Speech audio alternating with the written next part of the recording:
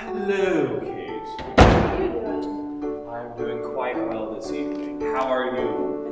So what are you doing? Oh, well, last week I remember reading about high priests. And I know this week we are as well, so I thought I'd wear a priestly robe. I'm of the family of Spruce Jansen, and we are a priestly family. Because that's what it's about, right? Not quite. Oh, I tell you what. Not quite. I tell you what. we can talk a little bit about this, because last week we talked about in our series about Hebrews how Jesus is the one who sees us. Mm-hmm. And this week we're going to be talking about how Jesus is the one who leads us. Mm-hmm. Is that right? Yes. The one who leads The one who leads us. I tell you what, before we do anything else, let's read our passage. I think that sounds good. Okay. Where are we this week, Kate? We are in Hebrews chapter 5, verses 1 through 10. Okay, let's hear it. Every high priest is selected from among the people and is appointed to represent the people in matters related to God, to offer gifts and sacrifices for sin. He is able to deal gently with those who are ignorant and are growing astray, since he himself is subjected to weakness. This is why he has to offer sacrifices for his own sin, as well as for the sin of the people. And no one takes this honor on himself, but he receives it when called by God, just as Aaron was. In the same way, Christ did not take on himself the glory of becoming a high priest, but God said to him, "You are my son. Today I have become your father."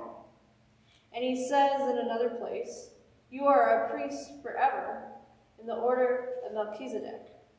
During the days of Jesus' life on earth, he offered up prayers and petitions with fervent cries and tears to the one who could save him from death. And he was heard because of his reverent submission. Son though he was, he learned obedience from what he suffered and made him perfect. He became the source of eternal salvation for all who obeyed him, and was designated by God to be high priest in the order of Melchizedek. Ooh. You know how we talked a couple weeks ago about how Hebrews is a little poetic and can be wordy sometimes? Mm-hmm. I think this is one of those times. I think so. But this is an important passage, isn't it? It is. Let's start off by asking a question. Have you ever suffered? Yes. I think we all have. Mm-hmm. I know I've suffered with my depression and with injuries and with grief and with struggles. And I know that there's a lot of struggles that are out there. A lot of sin out there. And what does this passage say is a prescription for all the sin of the world? Jesus, yeah. But it also goes back to something that we don't, in our Christian tradition, think about very often. High priests. Mm-hmm. Because it talks about how a priest was selected. They didn't choose themselves. They were chosen. And did Jesus choose himself? No. God did. Yeah. No. Jesus was chosen and created as the Son of God. And the priests, they had to come from a certain family. They had to come from, do you remember what family it is? We're getting a little bit of history here. There was 12 tribes, and Aaron was the first high priest who was part of this tribe. Do you remember what it is? I know it, but I forgot. It starts with the letter L. It's also Levi. Yeah, it's also like the genes. Levi. Levi. And Jesus belonged to the tribe of... Putting me on the spot. I am. It starts with a J. Judea.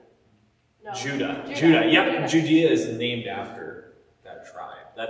This is a hard history lesson. And the only reason we're getting into that a little bit is because Jesus is getting called a high priest. But he's not from the right place. He's not from the right tribe to be a high priest. So instead of him coming from the right place and the right tribe and being part of this order of priests, the Levites, what order of priests does it say that he belongs to? Melchizedek. Yeah, it's kind of a hard name to say. I'm looking forward to seeing Kathy sign it this week. The order of Melchizedek. And Melchizedek was kind of a high priestly king who only gets mentioned twice, well, 3 times including this, in the Bible. He was a guy that Abram ran into before he was called Abraham. And he gave a blessing. And it says that he was a priest of the high God, of God. And that's different in some ways, from where, in Jesus' time, the priesthood had actually become a little bit political. The priesthood had always been something that was engaged with society, engaged with the lives of people. But Jerusalem and the Hebrews had been conquered multiple times by the Romans, and they had to be controlled a little bit. And so a lot of people began to feel, well, the priesthood isn't really doing what the priesthood's meant to do. All this is to say, how is Jesus qualified that we should follow him? Because he is chosen by God. Because he's chosen by God. And does it just end with the being chosen? No. No, because Jesus has the power and authority. Jesus is chosen to have power and authority. But Jesus still suffered. Mm-hmm. Why did Jesus suffer? For us. Mm-hmm. For us. It says that Jesus was obedient. Do you remember the sign for obedience? Yeah, so start with your hands closed, one on your heart, one on your head, and they open up, opening up your head and your heart to obey, to receive. Jesus opened himself up to suffering and death and to being with us. And it's in that being with us, in that openness, that what happens? Life. Exactly. And he's with us in our suffering, too. Mm-hmm. And then what are we supposed to do? I'll give you a hint. Jesus is the one who leads us. So we follow him. So we follow.